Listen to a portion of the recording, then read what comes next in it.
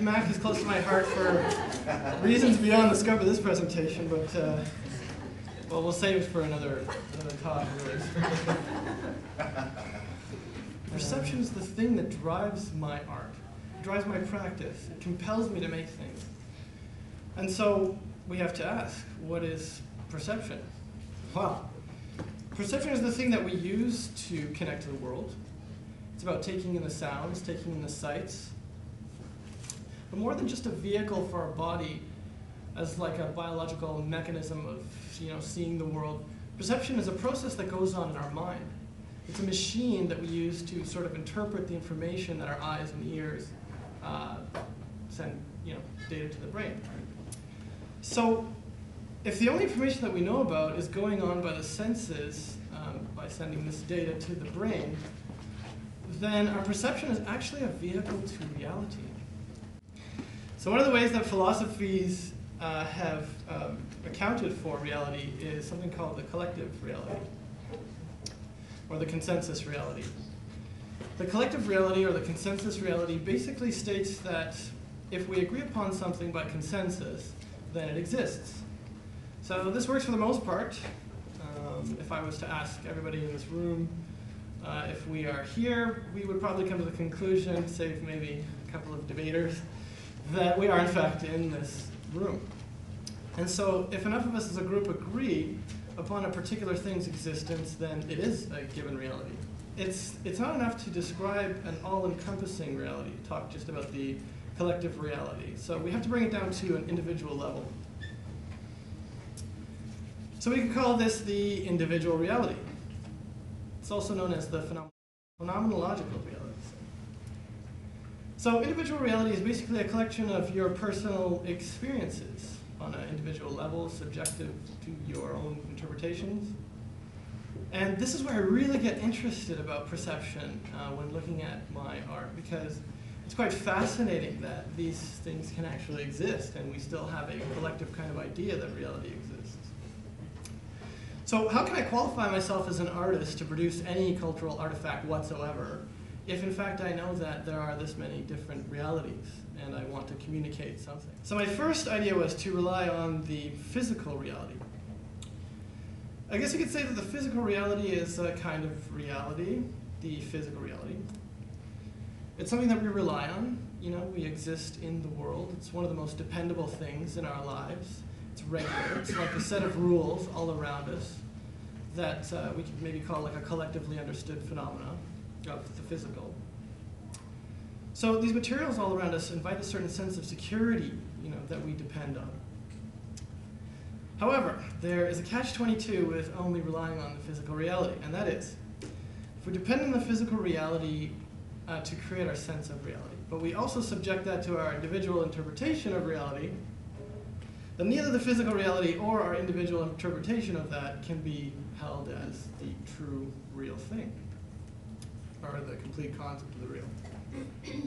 And so I propose that reality is in fact a combination, our perception, the collective understanding, the physical reality, and all of these.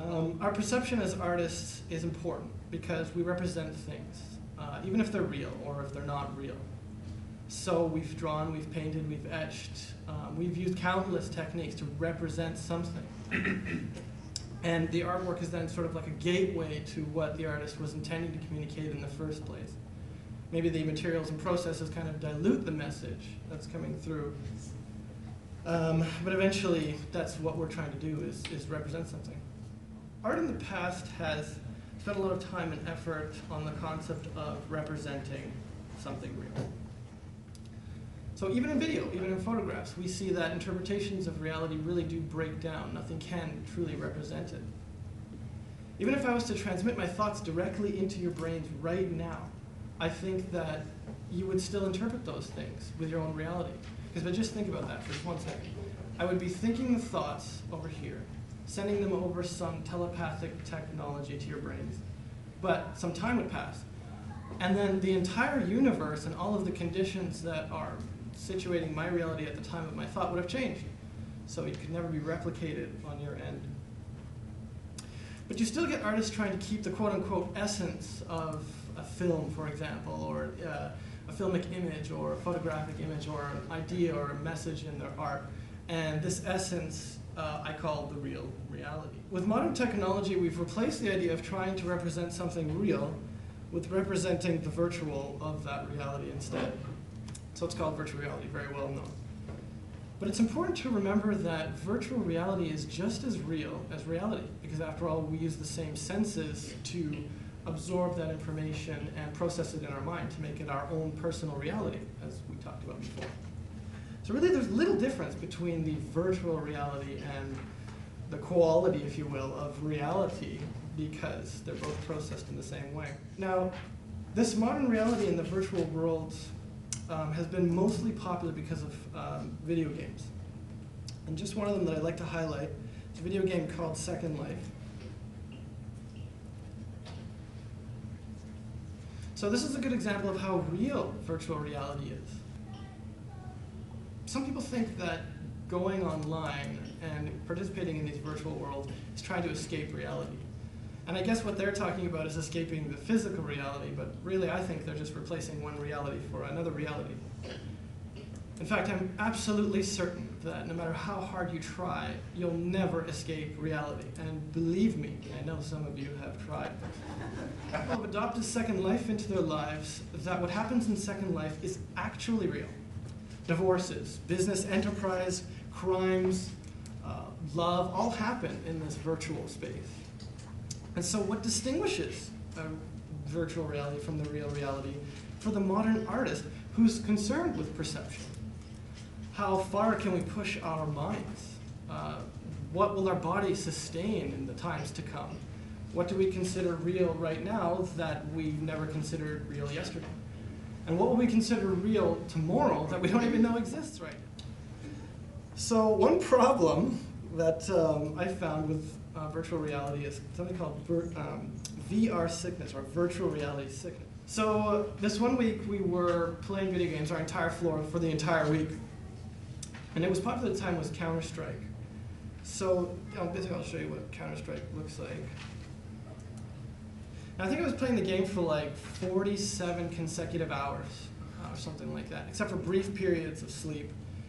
And I began to see the game in my dreams. So I'd be awake playing and eating, barely anything. I mean, only what my now wife Sarah would bring me just to keep me alive, and then just playing again.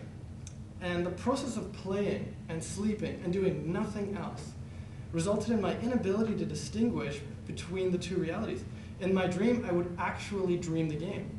And when I was awake, I would be playing the game. So just think about that for a second. Isn't it fascinating?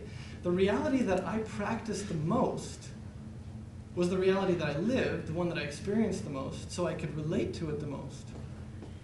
So what I think I was proving is that we literally make our own reality. We make our very own personal reality by the actions we take and the lives we choose to lead.